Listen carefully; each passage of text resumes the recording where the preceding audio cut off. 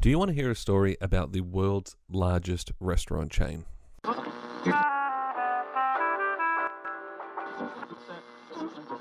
you give a few seconds of your time? Good evening, folks. Kennedy died. The atomic power plant in the city of Kiev was damaged.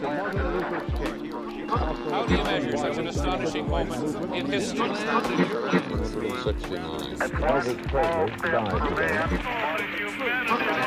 The energy crisis. Who were gathered at St. Peter's Square at the Vatican today. You want to hear my story?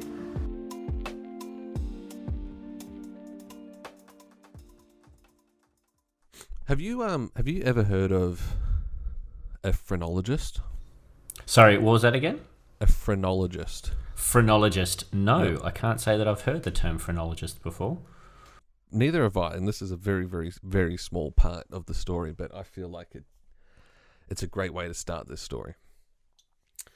So, Ray Kroc, I'll tell you a little bit about him shortly, but he, for a long time, was considered the founder of McDonald's. Okay. And when he was around 5 or 6, his dad took him to see a phrenologist. Now, a phrenologist is apparently someone who can basically, or someone who claims to be able to predict the future by reading the bumps on a person's head. I've heard it all now. Yeah. I've heard it all now. Yeah. Okay. So this particular phrenologist, when Ray Kroc is 5 or 6, I think he was born in 1902, so we're talking about, 1906, 1907, Mm-hmm. predicted that he would end up in the food service industry Okay. based on reading the bumps on his head. Right. How interesting is that? But is that one of those things where someone says that, so then because you have that knowledge in the back of your head, every decision you make kind of is based on, I was told one day I'll be in the food industry, so I'm going to peruse job ads one day. Oh, look, there's a job in food. I'm going to take, you know what I mean? Like, is that one of those things? Possibly, but one thing about Ray Kroc was he didn't, and I'll explain to you the backstory of how he ended up in McDonald's, but he didn't actually find McDonald's until he was in his mid-50s. So he wasn't gearing his life towards it. And I assume by the time you would know, by the time you're in your mid-50s, you're probably not thinking about that time you went to the doctors when you were 5. No, I'm talking about the time I got to go to the doctors in a couple of days' time. Exactly. Yeah. So before he even happens upon McDonald's, because McDonald's is a business in its own right before Ray Kroc shows up. So before that, a few interesting facts, I suppose, about his early life. He actually lied about his age, which a lot of people did back then, to join the army. Mm-hmm. And he ended up in the army in World War One, who he was like alongside with Walt Disney at the time.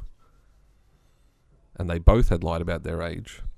And they ended up working in the ambulance division of the army for a short period of time. Right. And then he went on to have a bunch of random jobs. He was kind of like a serial entrepreneur back in the day, trying to find, something that could get rich quick, that type of thing. Not to say that he wasn't a hard worker, because from all accounts, he was an extremely hard worker, but he was always looking for something to, propel him, push him forward. Not unlike our friend from episode 5, Charles Ponzi. Exactly. So, he had a range of jobs. He was a real estate agent. He was a paper cup salesman. He was a piano player. He was a band director. And when he met the McDonald brothers, he was selling milkshake mixes. Okay. So again, this is like in the 50s now. And I'll give you a little bit of backstory on the McDonald brothers, because I guess their story is just as important as Ray Kroc's story in the whole McDonald's universe. Mm-hmm. Are you familiar at all with the backstory of McDonald's? Have you seen the movie with Batman? No, I haven't. It is a really good movie. I think I'd definitely suggest it. It's called The Founder. Okay. Michael Keaton stars as Ray Kroc. Oh, love Michael Keaton. Yep. Batman. Yeah, the original in the Yes. best. Maybe you were thinking like Robert Pattinson or something. Definitely not. Definitely not Ben Affleck. Affleck. No, definitely not. No. So there's the two McDonald brothers. This is, I think, mid to late 30s. They open up a hot dog stand out in California. And this is in the era of, we've seen it. Oh, you might have lived through it, but most of us have seen it in the movies. Like waitresses on roller skates, rolling out to the cars, taking orders, clipping the food trays to the car windows, that type of thing. I wish I lived in that era. Just missed it. Well, that was their first, I guess, go around at takeout. I don't think it wasn't called fast food back then. It was just called a restaurant. That's right. And they'd originally come to California to start up a movie theater, but that soon failed because we are talking right around the time of the Great Depression. So I suppose movie theaters and all that type of gear wasn't at the absolute top of everybody's list of things to spend money on. So they've got this hot dog stand, and it's doing quite well. They end up moving it. I think it's around 70 kilometers, 50 odd miles away from where they very first started, down to San Bernardino. So that kind of becomes the first flagship store for what will ultimately become McDonald's. And they're in business for about 8 years or so until they decide we need to change things up. We need to do something different to what everyone else is doing. So, like I said, all these restaurants are there. They've all got the waitresses on roller skates. It's all very similar. No one's really doing anything different.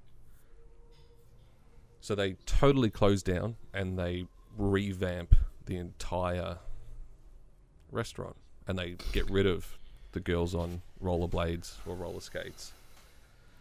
They get rid of the car service. So now if you want to order food, you've got to go up to the window and basically order like we know it today. It's interesting you say totally closed down and revamped, because that doesn't happen now. People don't, it's very, like, people make subtle changes but stay open, like they evolve. Whereas I like sometimes a business just needs a total refresh. Yep. And I respect the fact that they, rather than, because some people go, we can't afford to, close because, we'll lose money. But obviously they had the conversation that said it's better for us in the long term that we change our business model. And that was pretty much the reason. I guess the original idea for them was they started to see trends in their business. So they had a menu of 40 odd items, hamburgers and hot dogs and all the bits and pieces that you could think of. But they started to see major trends that, well, hang on a sec, hamburgers and fries and milkshakes are basically our core business. That's right. So having all this extra equipment and staff cooking and cleaning and all this type of gear, it was just creating, 80% of the business coming from burgers and fries, 20% of the business is coming from everything else. There was really no point to have all that secondary stuff. Smart. So they closed down. They got rid of, no interior dining areas, no waiting staff. All the orders were taken at the front counter. And the idea was to make it as quickly as possible. So this really kind of is the birth of fast food. Yep. And that was, I suppose, what originally attracted Ray Kroc when he does connect with the brothers to, I guess, stop and take a look at what they're doing, because you'd place your order, within 30 seconds you had your order, because the brothers had said, right, we're just going to focus on burgers, chips, or burgers, fries, and milkshakes. Yep. So I still remember McDonald's when all the food was already pre-made and you would just go and order it and grab it. It was the best. We've talked about this before in other places, but it was exactly that. Behind the people taking your order, there was these rows of burgers, and yep, there's a Big Mac, there's a large fries, here's a drink, see you later, have a nice day. And I prefer that. Yeah, and well, that's what they were doing back then. So back then, I suppose it's brand new. It was unheard of. Prior to this, it was place your order, wait in your car for 15 minutes, and then the food was brought out to you. Now they basically turned their kitchen into an assembly line, bang, bang, bang, bang, bang, burgers. They're all the same burgers being made. This was before the McDonald's menu had 20 different burger variations. Yep. So it's just burgers, fries, and milkshakes getting Yep. pumped out. So you go up, you get a cheeseburger and fries, bang, it's ready for you. Yep. And that's like Ray Kroc, like I said. So his final job when he found the McDonald brothers was selling these milkshake mixers. And this machine that he was selling was, if you can picture, it was capable of making, I think, 8 milkshakes at a time. So, fairly large, like the size of a microwave. You could put 8 cups up there and hit go, and it would whiz them all up, and you got your milkshake. Sounds perfect. Well, he was in the business of selling these milkshake makers, and apparently, it was commonplace for a milkshake mixer to go out one at a time. Very, very rare would there be 2 at a time.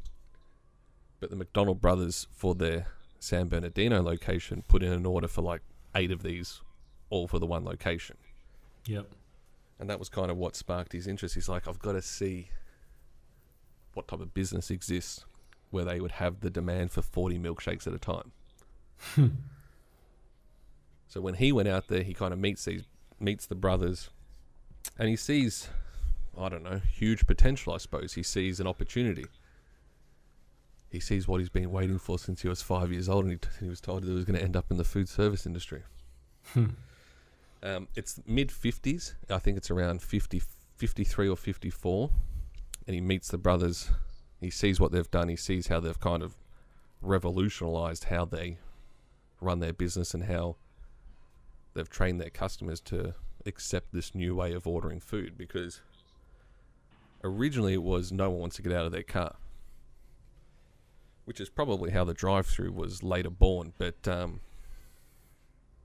everyone was happy to. People literally, like, tables and chairs out the front, come up, order, get their food, sit down. And it was a real family environment, because from what I could tell, a lot of these burger joints were kind of like hangouts for, teen kids, motorbike gangs, that type of thing. That's what the research turned up. Yeah, if you watch a lot of movies that have a burger joint in them, that's usually what you see. Yeah, so these brothers, maybe it was their personality, because from all accounts they were like 2 genuine guys that just wanted to do good business, make good food, and give good service. And I should say at this point, because there's a lot of misconception around what Ray Kroc did when he met the brothers, especially in the movie. If you ever get the chance to watch the movie, they do kind of make it look as if Ray Kroc just found this lone burger joint and turned it into McDonald's. But the brothers had gone off and franchised about 20 locations themselves. And they were making pretty good money. They were making around $40,000 a year, which, when I did the conversion, has the same buying power of about $700,000 today. It's not bad. Well, for selling burgers at 10 cents a throw, yeah, they're doing all right. Yeah. And that was kind of what Ray Kroc saw. He sees an opportunity, sees this chance that if we could do this on a huge scale, imagine 1,000 restaurants. Imagine the money you could make. Exactly. So he kind of poses this idea to the brothers. He says, you guys should be franchising. And they've said, we've done it. We've got 20 odd locations. We don't want to do it anymore.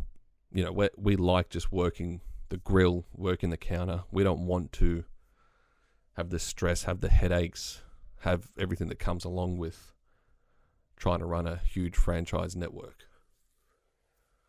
So this was 55. They agree to give Ray Kroc the exclusive rights to go out and franchise McDonald's. And he set himself a goal, 1,000 restaurants. In the first year, I think he signed up about 18 or so restaurants, so he doubled what they already had. And there was a little, I suppose, when you look at it, and he even admits it, it was a fairly average deal that was made. He was just so aggressive and keen to get the deal done that in retrospect he kind of made a bad deal. So he would collect 1.9% of the gross sales from each franchise. And then from that, 25% would go to the brothers. Yeah. So for the brothers, they're making money for nothing. This guy's going out and getting new restaurants, and they're just taking in the profits because they own the name. I guess. He's got to do all the work of finding the franchisee, helping them find the location, getting them set up, making sure that they get in the McDonald's, way of doing things. And that was basically at the end of the first year, he realized at 1.4%, which is what he was taking, there was basically no money in this deal. So he's trying to find ways to finance, I guess, a quicker expansion because he knows his deal's so bad. And he runs it. He meets a guy. His name was Harry Sonnenberg, and he's probably just as important to the McDonald's empire that we now know as any of these other characters are. He was the guy that gave Ray Kroc the idea of, you don't make money collecting 1.4% off each of your franchisees. No. You make money in real estate. So he gave Ray Kroc the idea. He said, you buy all the land, you buy the locations, and then you lease it back to each franchisee. So as part of your franchise agreement, you're given an area. So you set up on Smith Street, you set up on David Street, and you own the land. So that's what Ray Kroc did. He basically started up a new corporation that he made himself, obviously, head of that corporation, which kind of cut the brothers out because they were still only collecting their 0.5% of the gross sales. And now Ray Kroc's kind of like this big real estate mogul. He's buying up all this land and building all these restaurants and franchising out the McDonald's name. It did start to obviously create a fair amount of issues between Ray Kroc and the brothers. Who'd have thunk it? Yeah. So I should make point at there's also another fairly important character, and he enters right around the time where Ray Kroc sets up this new corporation. His name's Fred Turner, and this is like mid to late 60s that he starts there, just as like a young guy working on one of the grills, making burgers. Very quickly, he gets promoted in Ray Kroc's business within a couple of years to operations vice president, and I think that was back when they only had like 30 to 40 staff members. So he ended up being in charge of, I guess, the strict rules that would govern the McDonald's franchises. Little things like exactly 10 patties had to be made from each pound of beef, and he set the rule every fry had to be precisely 0.28 of an inch. Long? No, wide. Oh, the actual... Oh, gotcha. Okay, sorry, I'm with you now. Yeah, gotcha. Okay, so because you're right, all fries are literally... Yeah, they're almost exactly the same. And that's why people love McDonald's. It's on a scale of 1 to 10 of how good the food is, it's probably a 6, but it's always a 6. And that's I think that was always key back in the early days, because this is still 50s, 60s, early 60s. Ray Kroc, Fred Turner, they've got it in their head that the key to the success of this business is to make sure that it's totally consistent across the board. So later on, and this is again not recent, this is in the 70s, they actually had the Hamburger University created. No way. And you would have to go and get a degree in hamburgerology. Hamburgerology is actually a word that they used. That's 100% fact. That's crazy. And that's where the new franchisees would learn how to run a McDonald's, because the idea was it didn't matter if you went in to a McDonald's on the West Coast or you went into a McDonald's on the East Coast, it had to be the exact same experience, from the way the restaurant was presented to the way the food tasted to how it was cooked to how the staff members greeted people to the language that they used. So it all had to be the same. Yep. And that was a huge thing for Kroc and for Turner. So now, before we get too far into the story, the McDonald's brothers, like I said, they've kind of got issues with what Ray Kroc's doing because he's making a ton of money off the back of their name. Just to go back a sec, was their restaurant called McDonald's? The one that they started in San Bernardino? Yep. So okay. So that was the first McDonald's. McDonald's, yep. Ray Kroc approached them and said, I want to buy you guys out basically because this isn't going to work. You know, it was essentially the brothers versus Ray Kroc at every opportunity because Ray Kroc had all these ideas and things that he wanted to change and ways that he could save money and, you know, ways that they could, just things that he wanted to change in the business. And a part of their original agreement was that everything had to be cleared by the brothers. So it became a real, I guess, frustrating way for the business to move forward. So this is now 1961. So they've been working together for 5 or 6 years and they've opened up a bunch of locations and Ray Kroc has his real estate business in play and he goes to him and says, you know, give me a number. What do you want? And from what I could gather, the brothers gave him a number that they felt was never going to be realistic. They both said, we want to walk away with $1 million. Which, with taxes, would have been about $2.7 million. Right. I guess for a business buyout these days, that doesn't sound like a lot, but in 1961, that's a huge amount of money. It's a lot of money. So he does. He digs around. He finds a way. They get the money. He buys them out. And there's a lot of, I don't know, there's conflicting reports around exactly what the agreement was moving forward. But two things happened that neither could agree on. So the first thing was Ray Kroc was angry to find out that in that deal, he didn't get the original location. He didn't get San Bernardino. He didn't get San Bernardino. So the brothers' goal was to keep that and then hand that down to their employees to give the original employees something. Which I think kind of shows the type of guys that they were as well. Yep. There's not many bosses that would do that these days, I don't think. Definitely not. Second to that, there was apparently a handshake agreement between Ray Kroc and the brothers that they would continue to receive their 0.5% royalty from the original agreement. Because those handshake agreements always go well. Exactly. So by the time they made this deal and everything got finalized, there was around 230 odd locations across the states. And they were pulling in like turnover $56 million.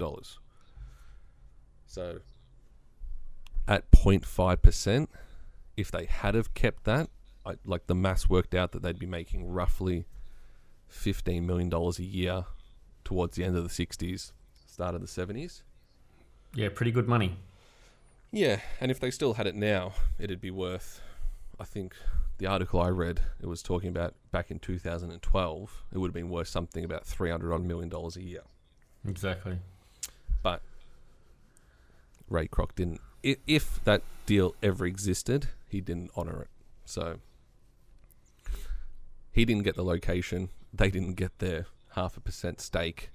And from all accounts, the brothers were, well, one of the brothers was fairly, you know, it is what it is. I walked away with $1 million. The other brother would end up, again, I don't know. This makes the story sound so much better. But he ended up dying of heart failure in the early 70s. He was 69 himself. But there was a lot of family members that said it was the stress of what happened between Ray Kroc and the brothers that led to that eventual death. Yeah. I don't know. Again, it definitely pumps the story up. It's a hard thing to say, I suppose. So Batman killed one of the McDonald's brothers. Apparently. And it probably didn't help that they kept their original location, but they did sell their name. So what did they turn their restaurant into? What did they call it? So they renamed to the Big M. The Big M. Yep. Which, you're right. Again, it depends on what your views on business is. But apparently Ray Kroc was so angry that the brothers didn't include that original location. He stripped them of their name, obviously, but then he also opened up a McDonald's location like a block away from them. Why didn't they call it McDowell's? Yeah. That would have been good. So within 5 years of doing that deal, their original location went out of business anyways. Exactly. So it's pretty for the brothers, when you hear the story told this way, and this is the best that I could find the facts and put them all together, it kind of sounds like they made a few wrong decisions. So when Kroc bought their name, they changed to the Big M. Were they making the same burgers? Like, who was making obviously the McDonald's has taken over everything, so they would have had to start from scratch with a new recipe and menu and everything. Yeah, they're pretty much still doing the same thing, because it wasn't until the late 60s that the menu started to, I guess, take shape with the Big Mac and everything. Yeah. So the Big Mac came out in the 60s, and that was originally designed by one of the original franchise owners. Yep. His name was Jim Dalligatti, and he was in Pennsylvania, and he created it. It was named by a marketing agency because he was originally trying to sell it. He was calling it the Aristocrat Burger. Oh, nice. Yeah. And then, funnily enough, just also a little reference to the Nike podcast, he also did trial the name the Blue Ribbon Burger for some reason. Is that right? Yep. Blue Ribbon was a big name back then. Apparently. So it ended up being renamed the Big Mac, and this is, I think it was 68 that it officially hit. It got approved, it became popular, and it hit the menu across the entire McDonald's network. There you go. So when the brothers were running the Big M, they were probably still doing the same thing: cheeseburgers, fries, milkshakes. Yep. So once, and again, keep in mind, we're talking about $1 million like it's not a lot of money today, but in the 60s, they thought they were giving him an unachievable goal when they said we want $1 million each to be bought out. I don't get it twisted. If someone was paying me $1 million right now, I'd take it. Well, that's the thing. So they thought they were I guess in their head, they were happy with what they had. They were happy with what they were being offered. Yep. You could probably never imagine in that moment that McDonald's was going to go off and become what it is now. Yeah. So I guess given that this all happened fairly early on in the McDonald's life, there was a really long time where the brothers were pretty much never recognized as founders. So Ray Kroc, he released his autobiography in the 70s, and he directly referred to himself as the founder of McDonald's. And he had, apparently, we don't have him anymore, but apparently in all the locations there was a brass or a bronzed picture of him with the word founder underneath of it. Is that right? So he was quite he was quite proud of himself. He's the Mark Zuckerberg of McDonald's. Pretty much. And again, there was quite a few interviews with the McDonald brothers during the time and up until the first brother passed away in the 70s. But they did go into say, as soon as we sold, he basically looked at himself as the founder. And I think one of them was quoted saying, he had the ability to just completely forget that we ever existed. And that might have been from, I think Ray Kroc had a lot of anger towards the brothers because he felt they were stunting the growth. And then to top it off, they didn't give him that first location, so he was pretty upset. Yeah. But then, so like I said, Fred Turner, he was a fairly important part of the puzzle because he would go on to become vice president under Ray Kroc. And then, I guess when Ray Kroc ultimately passed away, he would be promoted to CEO. So Ray Kroc ended up passing away 1980 from a stroke. He ended up in, I'm not sure why there wasn't a lot of information available, but he ended up in a rehab facility, and the stroke ended up causing heart failure, and that's where he passed away. 81 he was. There you go. And at that time, they had 7,500 restaurants across the United States. And I think it was about 30 odd other countries as well. And they're doing about $8 billion worth of sales back then in the 80s. So he died. He left behind a fortune of about $600 million in the 80s to his third wife. Fred Turner took over. And Fred Turner was the guy in charge. And under his tenure, McDonald's expanded to over 118 countries with approximately 30,000 restaurants. So that's, like I said, he's probably just as an important part to the story as Ray Kroc was, because he was just a kid in one of his restaurants literally making burgers, and he would go on to lead the company and grow it to something that probably Ray Kroc and the brothers could never have possibly imagined. I mean, I suppose when you're in the 50s and the 60s, I don't know that you could possibly imagine 30-odd thousand restaurants covering over half the planet. No. Is that fair to say? Definitely not. One nice little fact, the 50 billionth hamburger was actually sold to the remaining McDonald brother. Oh. And that was that was mid-80s, just to put in context how many burgers they've sold. Yeah, right. And then, so the last brother, his name was Richard, for context, he ended up passing away in the late 90s. And it was only mid-90s when McDonald's basically rewrote their history to include the brothers as founders in their, I guess, McDonald's story, which kind of sad because neither of them got to see it.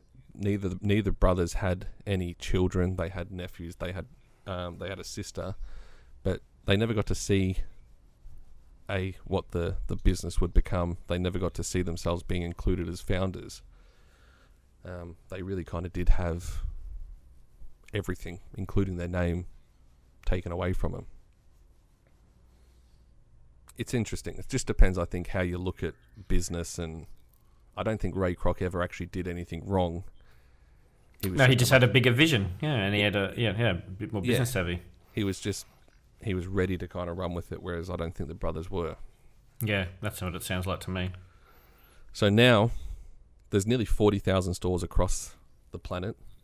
McDonald's are responsible for 250,000 people employed. And do you have any idea what their annual revenue is? I'd be guessing a number that probably would be nowhere near what the real number is. $21 billion a year. Jesus. This is a burger joint that started in the 50s selling hamburgers for 10 cents. Yeah. And they now serve over 65 million customers a day. And now, folks, it's time to say Thanks again for dropping in. we hope you'll make this a weekly visit. Bring the family. Hope you enjoy the evening as much as we've enjoyed Please having drive you home here. carefully and come back again soon. Good night. Good night now.